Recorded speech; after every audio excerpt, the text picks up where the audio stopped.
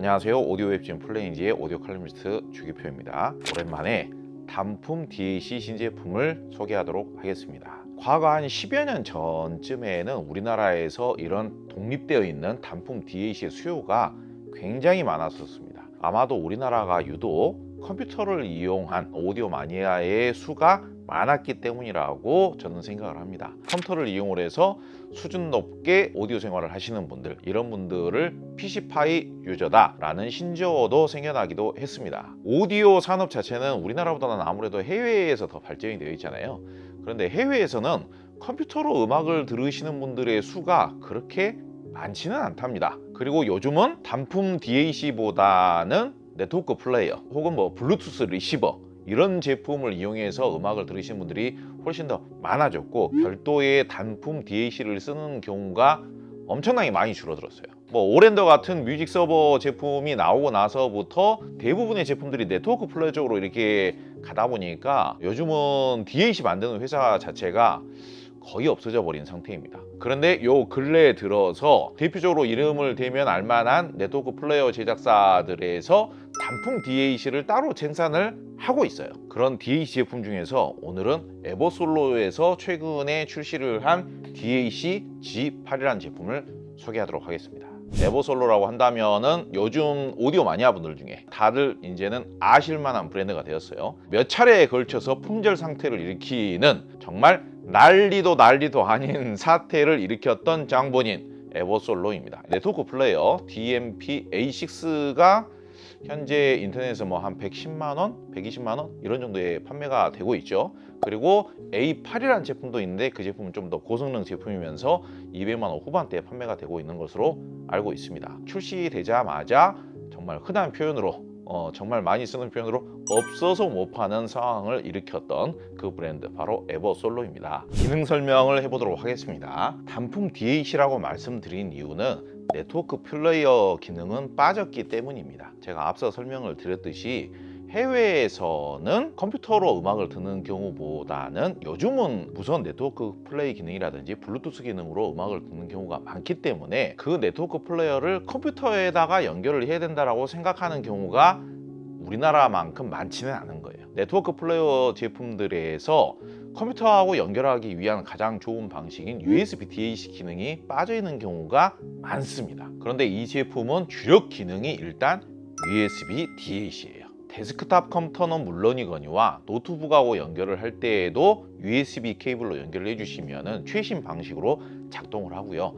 드라이버를 깔지 않고서도 32비트 384kHz까지 작동되는 것까지 확인을 했습니다. 재밌는 것은 USB 단자가 USB-B 단자만 있는 것이 아니라 USB-C 단자도 있어서 USB-B 단자는 컴퓨터에 연결을 하시고 USB-C 단자는 노트북이나 스마트폰하고 연결하는 것도 가능하다는 점, USB 연결을 2개 동시에 이용할 수 있다는 점이 좀 흥미로웠습니다. 전용 DAC 제품으로 출시를 했기 때문에 USB 방식만 지원하는 게 아니라 당연히 광동축 단자도 지원을 하고요. 광 단자는 텔레비전하고 연결을 하셔도 되겠죠. 일반적으로 데스크탑 컴퓨터들의 경우 대부분 광 출력 단자가 있긴 있는데 노트북에는 광 단자가 없어서 무조건 USB로 연결을 해야 되는 경우가 대부분입니다. 그래서 USB 단자와 광 동축 단자를 함께 지원하는 것도 장점이라고 할 수 있겠습니다. 출력 단자는 RCA 단자와 XLR 단자 동시에 지원을 하기 때문에 고급 오디오 장비들과 XLR 단자로 연결하는 것도 가능합니다. 그리고 유선 DAC로만 작동을 하는 게 아니라 여기 뒤에 보시면 안테나 보이시죠? 최신 블루투스 기능도 탑재를 하고 있어서 단순 블루투스 플레이어로만 사용을 하시는 것도 나쁘지 않다라고 생각을 합니다. 단순히 블루투스 용도로만 사용하려고 구매하시는 분도 분명히 있으실 것 같아요. 여기 볼륨 노브 보이시죠? 볼륨 노브를 이용을 해서 볼륨 조절 및 프리앰프로도 사용이 가능합니다. 그렇기 때문에 여기에 파워 앰프 하나만 물리게 되면은 완벽한 앰프 시스템으로도 만들 수가 있고, 액티브 스피커와 사용을 하실 때 액티브 스피커 연결을 해서 볼륨을 편리하게 조절을 하는 그런 용도로도 사용하실 수가 있습니다. 그리고 오른쪽에 보시면은 이 헤드폰 단자 보이시죠? 이 제품을 헤드폰 앰프로 활용하신다고 하셨을 때 헤드폰 단자의 경우에도 16ohm에서 300ohm까지 고성 헤드폰까지 지원을 하기 때문에 데스크탑 용도로 사이즈도 딱 좋고 조작하기도 편하고, 그래서 헤드폰 앰프로 사용하시는 것도 상당히 괜찮을 것으로 추측을 해봅니다. A6라는 제품 가격 대비 성능이 굉장히 훌륭해요. 디스플레이도 굉장히 예쁘게 나와 있고 제품 디자인도 좋고 기능도 좋고 브랜드 로고 같은 경우에도 이렇게 양각으로 굉장히 고급스럽게 처리가 되어 있고요. 자체 앱에서 애플 뮤직이 직접 재생이 된다라든지 이런 다른 제품에는 없던 편의성이라든지 차별성, 기능성 이런 부분들도 제공을 하고 있고 풀 알루미늄으로 제작이 되었고요. 굉장히 깔끔하고 가격을 고려한다면 상당히 고급스럽게 만들어졌어요. 저렴한 제품의 경우에는 나사 조립의 경우에도 상단이나 뒤쪽에 나사 조립이 되어 있는 경우들이 있는데 이 제품은 일단 좌측하고 상단의 경우에는 셔시 자체가 통으로 이루어져 있습니다. 그래서 측면하고 윗면에는 나사가 보이지를 않아요. 저렴한 제품 치고는 상당히 만듦새가 훌륭해요. 이 정도면 굉장히 고급스럽게 만들었다라고 해도 절대 과언이 아닙니다. 디지털 필터 기능 준비되어 있고요. 각종 세팅 기능 준비되어 있고요. 그리고 심지어는 전용 앱도 지원을 해요.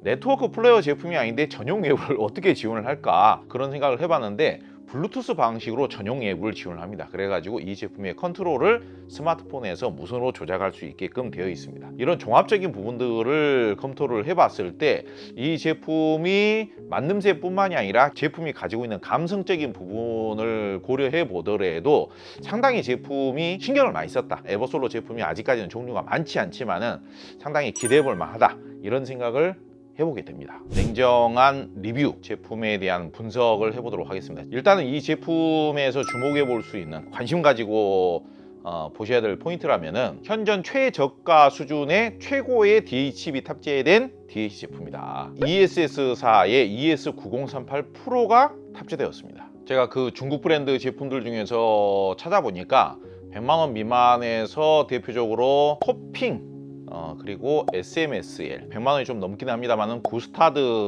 오디오 또 있죠. 요즘 또 가장 화제의 브랜드 중에 하나가 윈 오디오가 있죠. 윈 울트라 제품과 이제 비교를 할 수가 있겠죠. SMSL 제품의 경우가 AKM4499가 들어갔습니다. 구스타드 제품이라든지 토핑 제품이라든지 에버솔로 제품의 경우에는 ESS ES9038 프로가 탑재가 되었습니다. 그런데 제 개인적으로는 아직까지는 AKM4499보다는 9038 프로가 그래도 어찌됐든 현역에서는 최고의 델타 시그마 방식의 칩셋이지 않은가.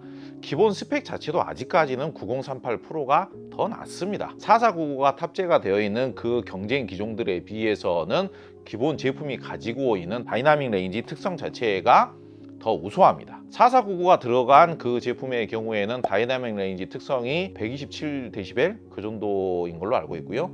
지금 이 에버솔로의 G8 DH 제품의 경우에는 무려 133dB 수준입니다. 다이나믹 레인지는 제일 높은 음역대에서부터 제일 낮은 음역대까지의 대역의 폭을 말하는 거예요. 그래서 133dB라고 한다면은 굉장히 높은 거예요. 1000만 원이 넘는 하이엔드 제품들쯤 되어야 130dB이 넘어갑니다. 물론 다이나믹 레인지 특성이 뛰어나다고 해서 무조건 이 제품이 1000만 원대 넘는 제품과 음질이 동급이다. 그런 말씀을 단정적으로 드리는 것은 아니지만은 어찌됐든 있는 그대로의 스펙 자체는 그 정도 수준이라는 이야기입니다. 사실 한 3,400만 원대 DH 제품들의 경우가 124dB에서 126, 7 이 정도 수준인 게 일반적이에요. 참고로 9038 프로 같은 경우에는 최고 구현 가능한 다이나믹 레인지 특성이 140dB이 넘어갑니다. 현재까지 140dB이 넘게 구현 가능한 칩 자체가 거의 없어요. 4499의 경우에도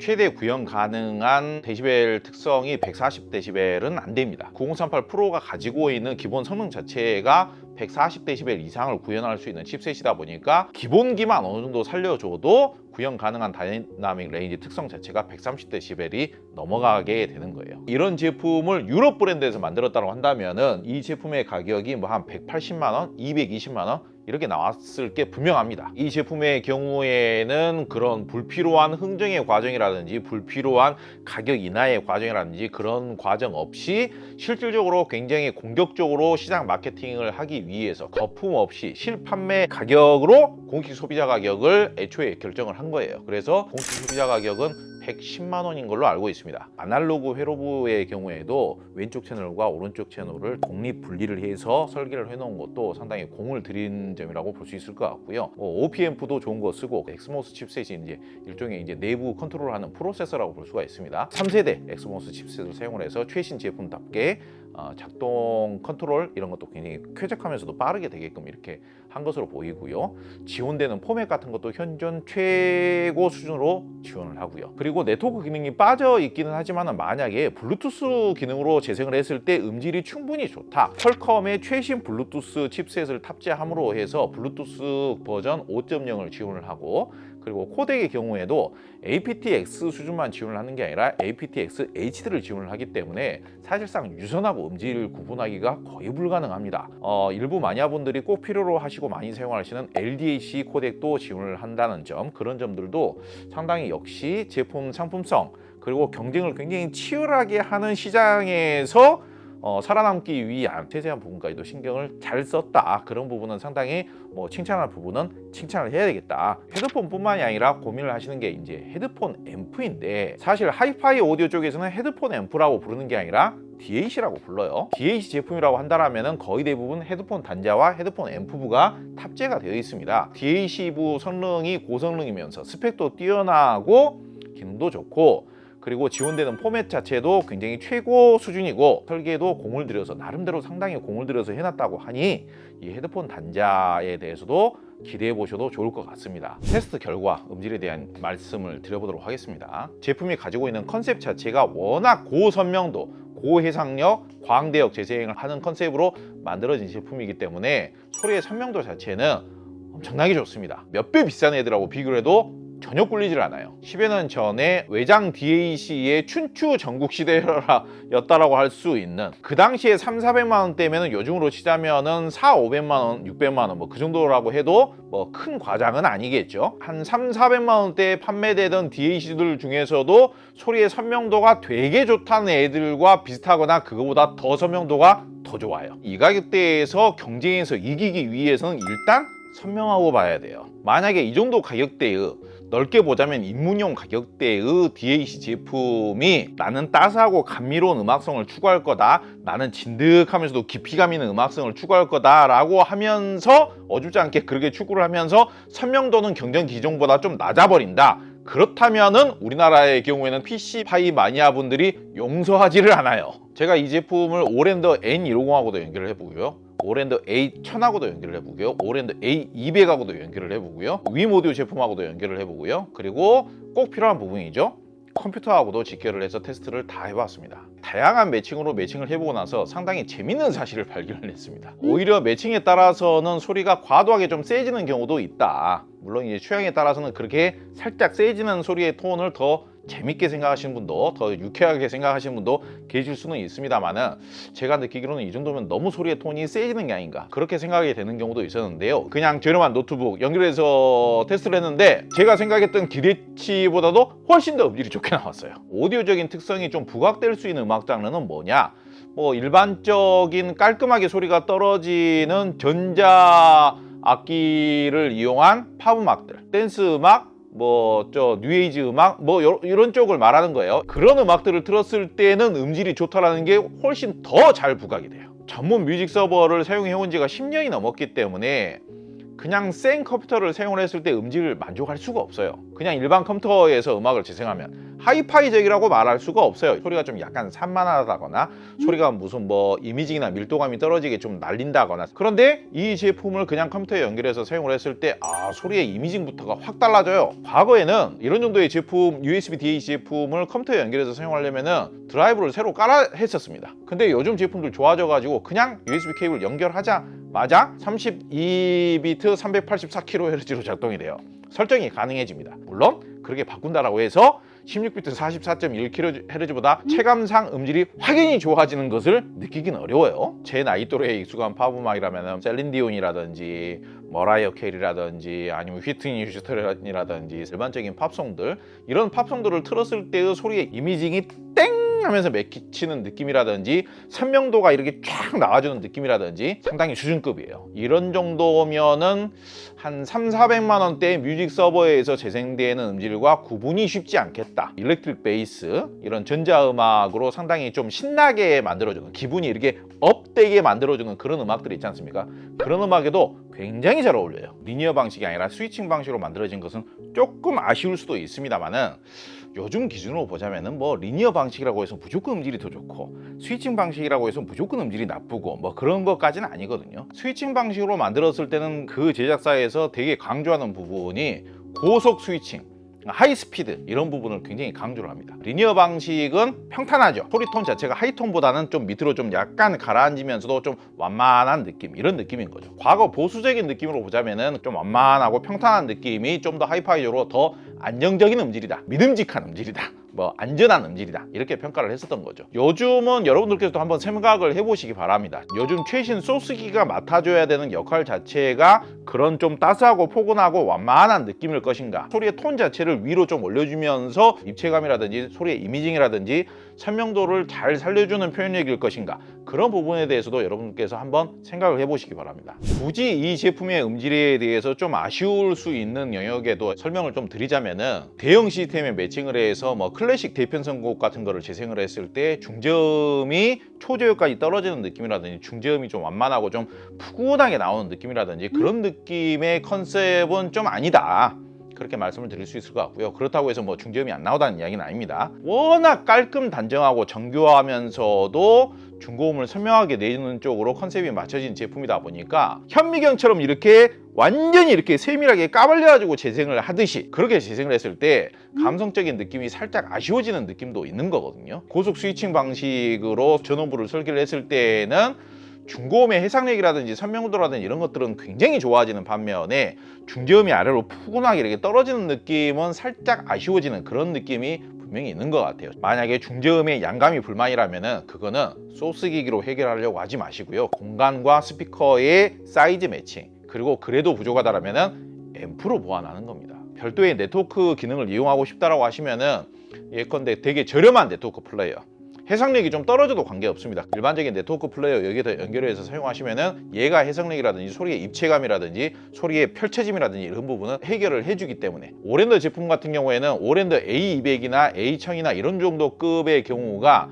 좀 더 음이 좀 무거운 성향이에요. A200 같은 거 쓰시는 분들이 계신다면은 이런 제품을 같이 매칭을 했을 경우에 소리의 선명도가 확연히 좋아지는 걸 느낄 수 있습니다.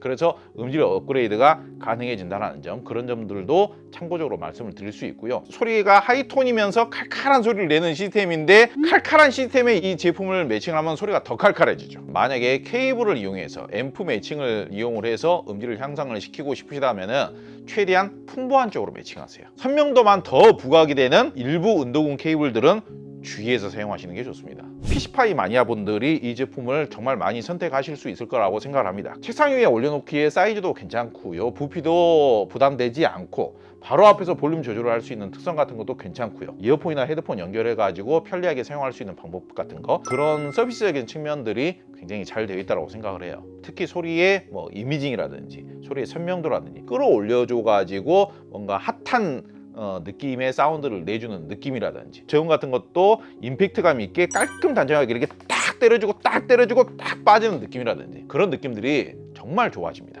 텔레비전이라든지 다른 멀티미디어 장비로도 블루투스 페어링이 되기 때문에 나는 블루투스 기능 음질이 좀 좋았으면 좋겠다 하시는 경우라면은 블루투스 기능 음질도 상당히 선명도가 많이 향상이 되고 음질의 개방감도 굉장히 많이 좋아진다는 점 강조를 드리고 싶습니다. 사진으로 봤을 때는 저는 이제 의심을 좀 할 수밖에 없죠. 가격은 저렴한데 그냥 겉모양만 예쁘게 만들어진 거 아닌가? 그래가지고 뭐 너무 가벼운 거 아닌가? 근데 그런 느낌이 아니고 정말로 셰시 자체가 고급이에요. USB DAC 찾는 분들, 단품 DAC, 뮤직 서버를 쓰고 계시더라도 음질을 향상을 시키고 싶으신 분들, 그런 분들에게 상당히 좋은 아이템이 될 것 같습니다. 오늘 영상은 여기서 마치도록 하겠습니다. 감사합니다.